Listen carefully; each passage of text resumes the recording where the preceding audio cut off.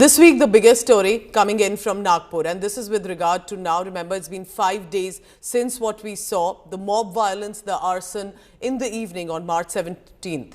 Prohibitory orders remain imposed in parts of the city, and today, remember, is going to be a sensitive day. It's the day of Friday prayers. There's a congregation expected in the afternoon as well. A strict curfew will likely be issued in areas with like Tehsil and Ganeshpet. There are some other localities where curfew has been relaxed or lifted, specifically between 2 and 4 p.m. That's where the namaz prayers will be offered. Politics, however, has continued to escalate. Chief Minister Fadnavis said no rioter would be spared even if they have to be dragged out of their grave. The opposition has hit out. Maha Vikas Aghadi says Chief Minister is just trying to save his face now. The fact that there was a total collapse of the intelligence sharing unit on Monday. In addition to that, Muslim clerics have given a call. They want Vicky Kaushal's film, Chhaava, to be banned, to be restricted now to the audience. Remember, the film basically depicts the atrocities and documented atrocities during Aurangzeb's rule and against Sambhaji Maharaj. Clerics have also said that the film incited violence and the makers of the movie should face a trial in the court now. कसं आहे की नागपूरची जी घटना झाली आता ती का घडली आपल्या सर्वांना माहिती आहे. मी वारंवार सांगितले, अनेकांनी बोलले की सरकारमधलेच काही मंत्री, सरकारचे संबंधित काही संस्था ज्या पद्धतीनं सातत्यानं वक्तव्य करतायत आणि त्याच्यामुळे जे वातावरण खराब होत आहे त्यामुळे अशा प्रकारच्या घटना घडतायत.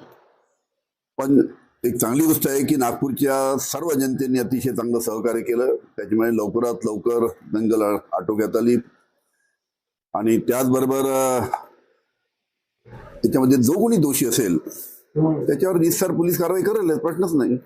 It's a shame that the intelligence unit of Maharashtra state government has collapsed under the leadership of Shri Devendra Fadnavis.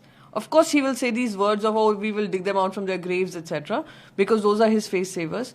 But what is unfortunate is whatever information he continues to share is in bits and pieces. Why not have an independent inquiry and have a report submitted on the floor of the assembly so that it can, so the total truth can come out? This bits and pieces of sharing information is the reason why we saw the inflammation of riots and we saw how violence took a serious turn and people lost their lives. Nagpur का जो mastermind है फहीम, उसके Bangladesh connection भी है और उसका Malegaon connection भी है. नागपुर में जो जिस प्रकार से हिंसाचार हुआ उसका जो सोशल मीडिया का पहला मैसेज यह फहीम ने बांग्लादेश से करवाया था. फहीम के करतूत अब जनता के सामने आ गए.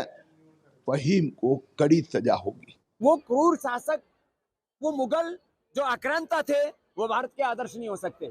इसलिए गुलामी की निशानियां कोई संजो के नहीं रखता है. जितनी मिट जाए उतनी अच्छी है. इसके लिए किसी भी प्रकार से कोई हिंसा हो ये तो हम नहीं चाहते, लेकिन शांतिपूर्ण ढंग से गुलामी की सारी निशानियां मिटनी चाहिए. देश के आदर्श औरंगजेब नहीं, देश के आदर्श में तो कहता हूं अकबर भी नहीं, देश के आदर्श, देश के हीरो हैं छत्रपति शिवाजी महाराज. कोई भी इनोसेंट जो आदमी है उस पर कार्रवाई नहीं होनी चाहिए. जो इस दंगे में शामिल है उस पर डेफिनेटली कड़क से कड़क कार्रवाई की जानी चाहिए. ये मैंने सीपी साहब को आदेश दिए है. कलेक्टर साहब से कहा है कि इस दंगे में जो लोगों का लॉस हुआ है, जिसका नुकसान हुआ है, जो गरीब लोगों का नुकसान हुआ है, उनको 48 आवर्स के अंदर उनको मुआवजा दिया जाए. जो लोग गरीब है, दिहाड़ी वाले हैं या जो लोग इंस्टॉलमेंटों पे उन्होंने कारें ली है, गाड़ी ली है, उनको डेफिनेटली मुआवजा अभी तुरंत कलेक्टर साहब की तरफ से मिलेंगे. और मैं सरकार से भी बोलूँगा कि उनको तुरंत उनका मुआवजा दिया जाए. फिल्म छावा के संबंध में मैंने गृह मंत्री अमित शाह जी को एक पत्र लिख करके मांग की है कि ये फिल्म ऐसी है जिसको देखने के बाद नौजवान उत्तेजित हो जाते हैं, भड़क जाते हैं और इसी वजह से नागपुर का दंगा हुआ. नागपुर के दंगे की अगर मुजरिम है तो ये फिल्म छावा है. इसलिए इस फिल्म पर रोक लगाई जाए, प्रतिबंध लगाई जाए और इसके डायरेक्टर, प्रोड्यूसर, राइटर, इन लोगों के खिलाफ कानूनी कार्रवाई की जाए.